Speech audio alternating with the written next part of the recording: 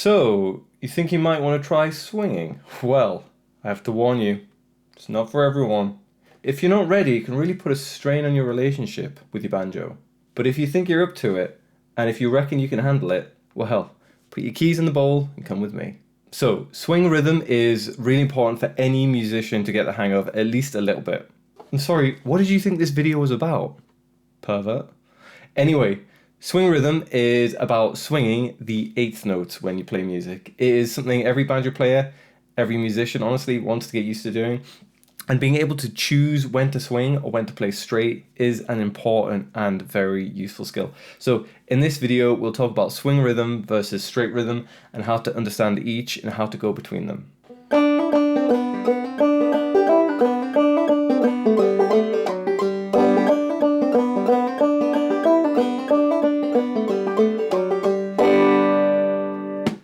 So, firstly, what the hell is swing rhythm? Put really simply, it's a rhythmic feel where the eighth notes are delayed slightly, falling slightly closer to the next beat than usual. It's the default feeling to loads of blues, jazz, lots of classic rock as well, loads of country music. Honestly, you hear it in loads of genres, and obviously, of course, it's very associated with swing music. It sounds like this.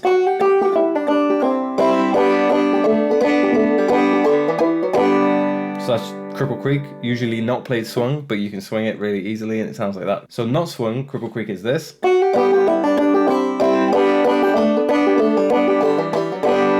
then I'll do it swung again.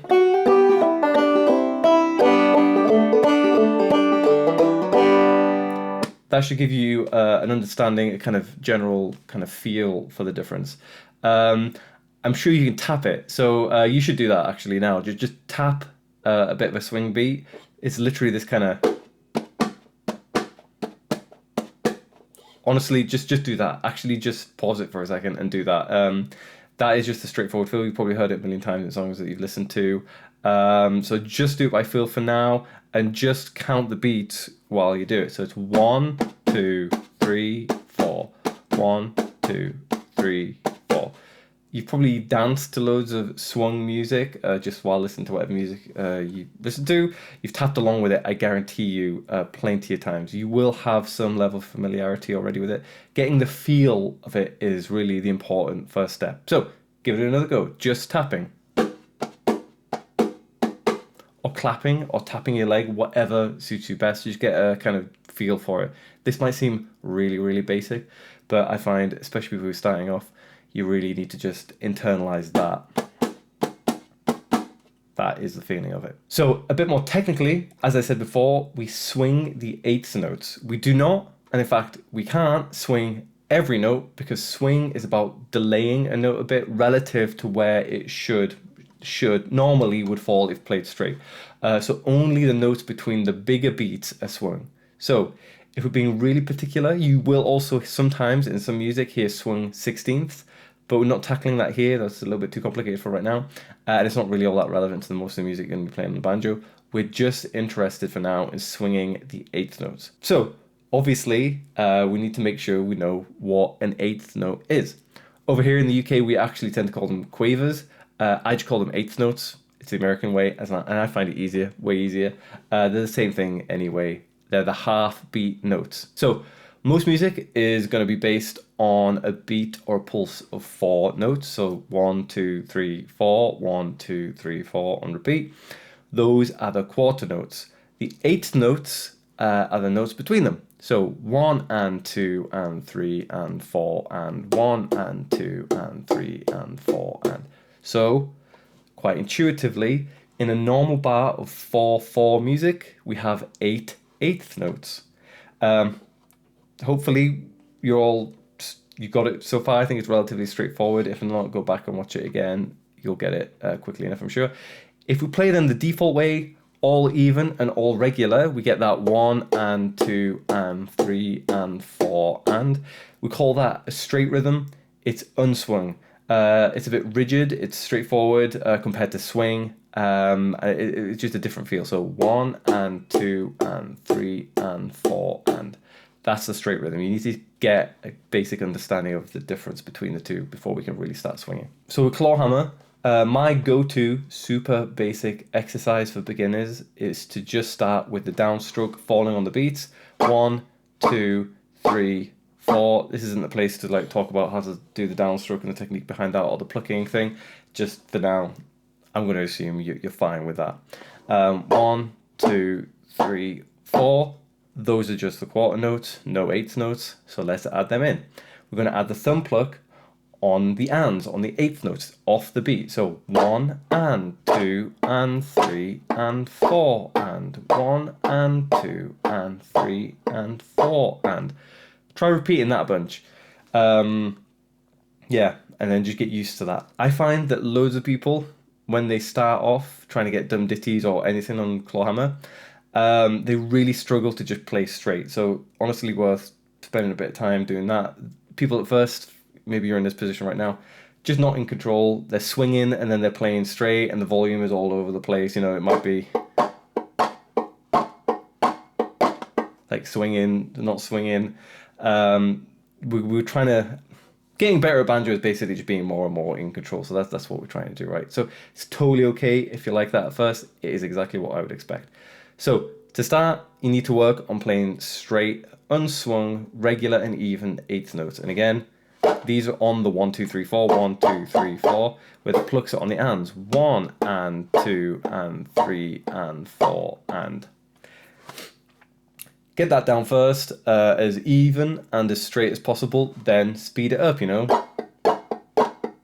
just a little bit faster. Work out where, for you, it falls apart when you kind of push the tempo. Eventually, it will fall apart at a point you speed up to, and over time, you'll get faster and faster. But regular and even is the goal at first. Then get your dum ditties down, that's down, down, pluck, down, down, pluck. Even and regular, still keeping it really straight. So 1, 2, and 3, 4, and that's dum, ditty, dum, ditty.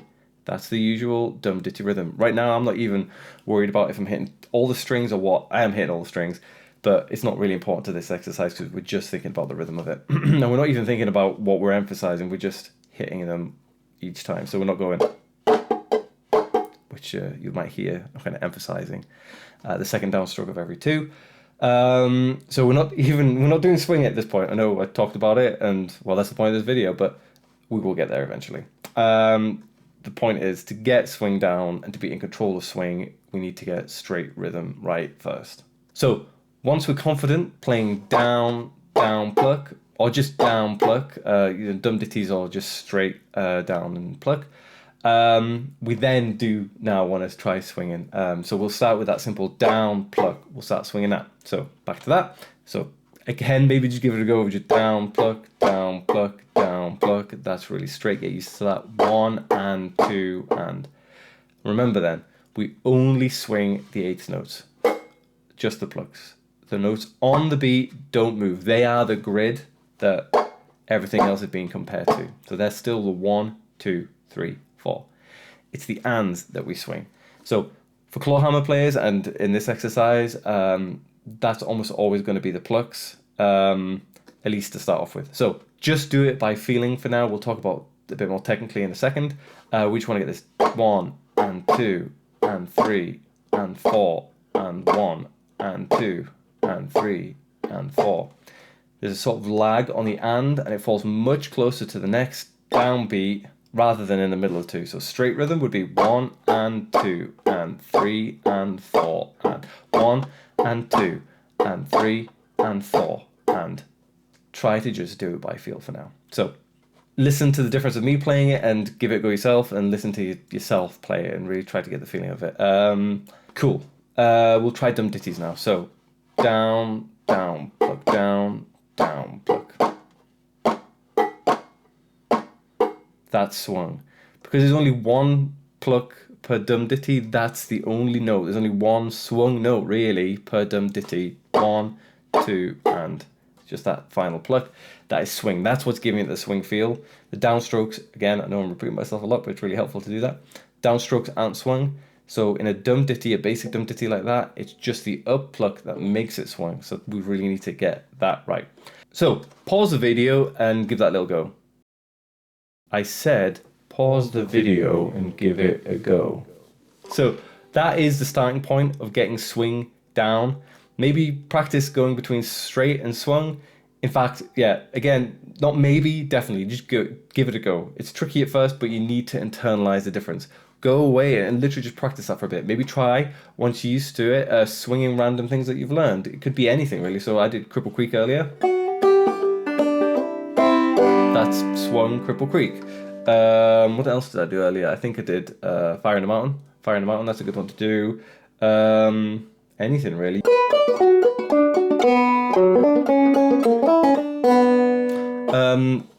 That's basically it, really. But let's spend a little bit of time looking at what swing is technically. So as I said before, in one way, really all we're trying to do is shift that eighth note back a bit closer to the next beat, delaying it so we have that different rhythm going on. But it's also useful to think of it a bit more specifically as sitting on a triplet grid. So what I mean by this is, let's break it down a bit. So we have that bar of 4/4. 1, 2, 3, 4. We can play on the beat. 1, 2, 3, 4. When you're playing banjo, just get used to doing the downstrokes on the 1, 2, the 3, and the 4. Then we have the eighth note. 1 and 2 and 3 and 4 and. So what we've done there is we've halved each beat, and each eighth note is exactly. It's not exactly because we're not metronomes, but it's between the two beats. It's close to exactly between the two beats as we can humanly get. So that's like a nice, straight, even rhythm. Then there's triplets.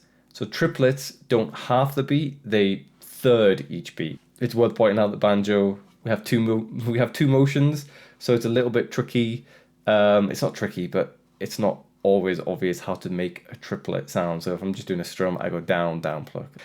So technically, swung notes are actually sitting in this triplet grid. But what we're doing is we're missing out the second of every 3 notes. So hopefully, well, I'll edit it and show it on screen. I'll show you what I mean. Hopefully it is clear enough. If I stick to that 1 and a triplet grid, but don't play anything on the middle, and we get 1, 2, 3, 4. Oh, that's our swing feel.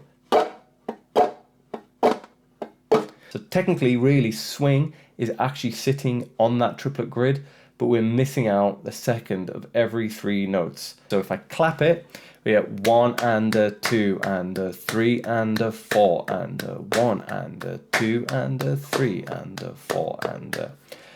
So if I stick to that triplet grid, but I don't play anything on that second of every 3 notes, so that and, we get 1, 2, 3, 4.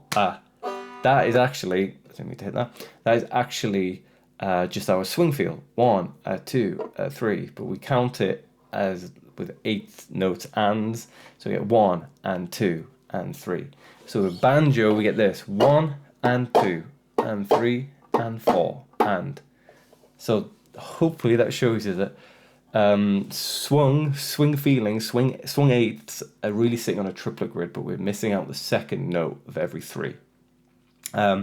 Anyway, it's because swing and straight rhythms are on these different grids, essentially, that it is hard to switch between them. One is triplets, technically, but with a note left unplayed, and one is just eighths. So you've got a triplet grid and a grid of like 2s, and they don't really match. So it is definitely worth practicing going between them, but you don't have to get it perfect because it is tricky. The most important elements to all of this are being able to hear swung and straight rhythm. So to be able to recognize that in the music you listen to, and then to tap the beat out, those are the important elements. Then obviously you want to apply that to an instrument and be able to play swung. One final tip to really help you get used to playing the difference between swing and straight rhythms and switching between them. When you're playing swing rhythm, picture yourself, this is really quite goofy, but I find it does help.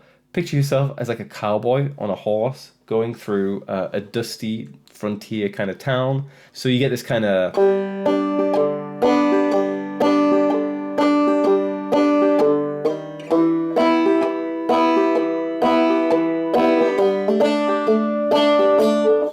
doesn't really matter what I play. Just close your eyes and you can kind of picture that feeling to it, I think.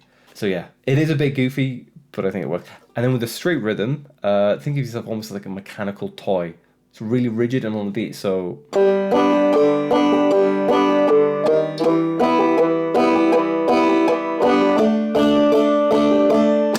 you can hear hear the difference there. That's kind of what I picture in my mind. That's what I encourage my students to do, and I do find it helps. So going between them, you have, if I just stick on a G chord, swing, and then straight, then swing, then straight.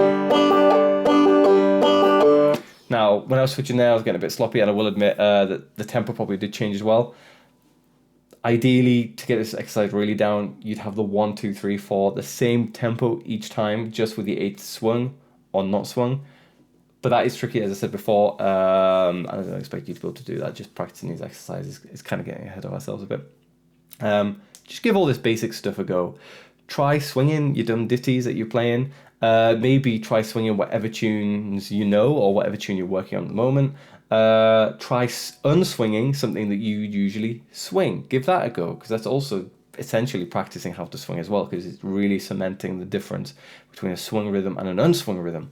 Honestly, I think you'll get it in no time with a bit of work. I find my students get on top of this after a couple of weeks, depending on how hard they work at it, and if they've just started off, obviously it's going to be a bit more of a struggle. You might find that personally you have more of an inclination towards swing. I find that some people do, and you find it hard to get rid of that, and I find it hard to just play straight, or maybe the other way around, and you struggle to swing. That's fine either way, you will get there. See you around then, and happy swinging.